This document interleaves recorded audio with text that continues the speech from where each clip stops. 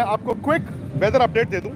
बरसात तो नहीं हो रही है, वो तो आप देख रहे हैं, पिछले तकरीबन 2-2.5 घंटे से बरसात नहीं हो रही है। और अभी अभी जो लोकल टाइम 11:30 बजे की इंस्पेक्शन थी, उसमें अंपायर्स गए, ग्राउंड स्टाफ से बात की। पिच तो बिल्कुल ठीक है, पिच में कोई दिक्कत नहीं है। दिक्कत जो है वो है आउटफील्ड में। अब यहाँ पर क्या दिक्कत आ रही है कि चूंकि ये मायामी के बिल्कुल सटा हुआ है, आप जानते हैं कि अटलांटिक ओशन बिल्कुल साथ है, ये कोस्टल एरिया है। Thank you. तो सैंड बेस्ड यहाँ पे आउटफील्ड है जो जल्दी सूख जाता है। दिक्कत है कि 90% आउटफील्ड जो है वो सैंड बेस्ड है और 10% दूसरी सॉइल का इस्तेमाल किया गया। और जो दिक्कत आ रही है, जो पानी जम रहा है, जल भराव हो रहा है, वो रिमेनिंग 10% में। तो यहाँ पर वैसे तो कहते हैं कि बड़ी जल्दी पानी सूख जाता है, लेकिन इतनी बरसात हुई है कि पानी निकलने की जगह नहीं है।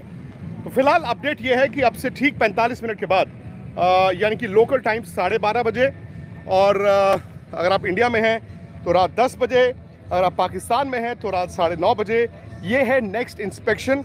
लेकिन मौसम खुल चुका है, मैं आपको दिखा दूं, मौसम खुल चुका है। आप मेरे चारों तरफ ये बादल तो देख रहे हैं, और ये रहेंगे भी, ये बादल रहेंगे भी। दोपहर के बाद कह रहे हैं कि हल्की सी फोरकास्ट है, शायद बरसात आए।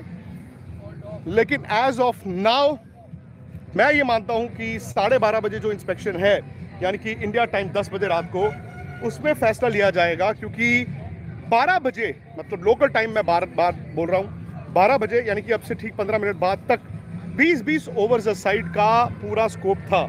क्योंकि 90 मिनट्स एक्स्ट्रा आप रखते हैं, और उसका मतलब था कि अगर 12 बजे यानी कि 15 मिनट बाद अगर मैच शुरू होता तो ये 20 ओवर्स अ साइड का गेम होता। लेकिन अब चूंकि ऑलरेडी इंस्पेक्शन ही 12:30 बजे है, और 12:30 बजे ये देखेंगे आउटफील्ड क्या सूख रहा है, नहीं सूख रहा, सूखा कितना है, क्या वो 1 बजे मैच शुरू कर सकते हैं।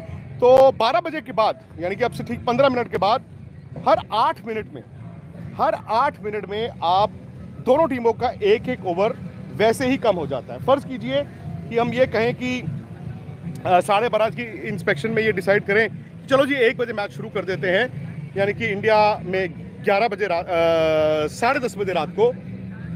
तो उसका मतलब होगा कि आप 1 घंटा पीछे चल रहे हैं, 1 घंटा पीछे चल रहे हैं। और 1 घंटा पीछे का मतलब हुआ, जैसे मैंने आपको कहा था, 8 मिनट में दोनों टीमों का 1-1 ओवर चला जाता है।